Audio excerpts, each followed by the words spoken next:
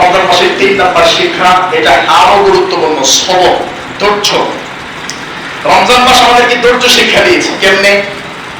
সেই সকাল থেকে শুরু করে সন্ধ্যা পর্যন্ত কত আইটেমের খাবার আমার কাছে আছে, কত সুন্দর সুন্দর খাবার আমি রান্না করছি, হোটেলে বিক্রি করছি, ইফতারের আগ মুহূর্তে সেটা নিয়ে বসে আছি, কিন্তু সবর এবং ধৈর্যের কারণে, আল্লাহর ভয়ের কারণে আমি সেই বৈধ খাবারের দিকে যাচ্ছি না, বৈধ পানীয় দ্রব্যের দিকে যাচ্ছি না।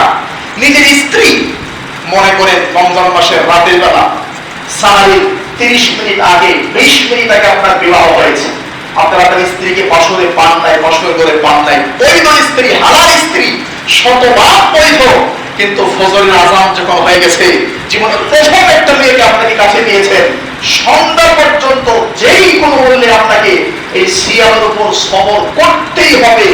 আপনি চাইলেও আপনার বৈধ স্ত্রীকে টাচ করতে পারবেন না। এটা হলো রমজান মাসের 2 নম্বর শিক্ষা, সবর। সকল ক্ষেত্রে সিয়াম আমাদেরকে সবর বা ধৈর্য শিক্ষা দিয়েছে। মনে রাখতে হবে সবরটা 3 প্রকার। এক, as-sabru আলা তাআতিল্লাহ, আল্লাহর আনুগত্যে সবর করা। যত ইবাদত বন্দেগী আছে, সকল ইবাদত বন্দেগীর ক্ষেত্রে সবর লাগবে। এই যে আপনারা বসে আছেন, কিছু মানুষ হয়তো 2-1 চলে গেছে, তাদের সবরের কমতি আছে, আপনাদের ভালো ধৈর্য আছে, এই জন্য সবরের কারণে আপনারা বসে খুতবা নামক ইবাদতটা শুনতে পাচ্ছেন না, আলহামদুলিল্লাহ। 2 নম্বর, as-sabru আন মাসিয়াতিল্লাহ, পাপ থেকে বাঁচার জন্য সবর করা।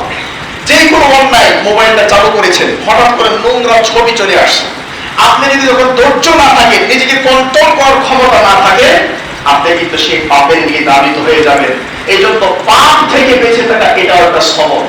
নাম্বার 3, as-sabru আলাল আকদারিল মুনামা, কষ্টদায়ক তকদির। তকদিরে এমন কিছু বিষয় আছে যা আপনাকে প্রায় কষ্ট দেয়, এইরকম কষ্টদায়ক ভাগ্যের যে বিষয়গুলো আছে, এগুলো বিশ্বাস করা, মেনে নেওয়া, এটা হলো 3 নম্বর সবর।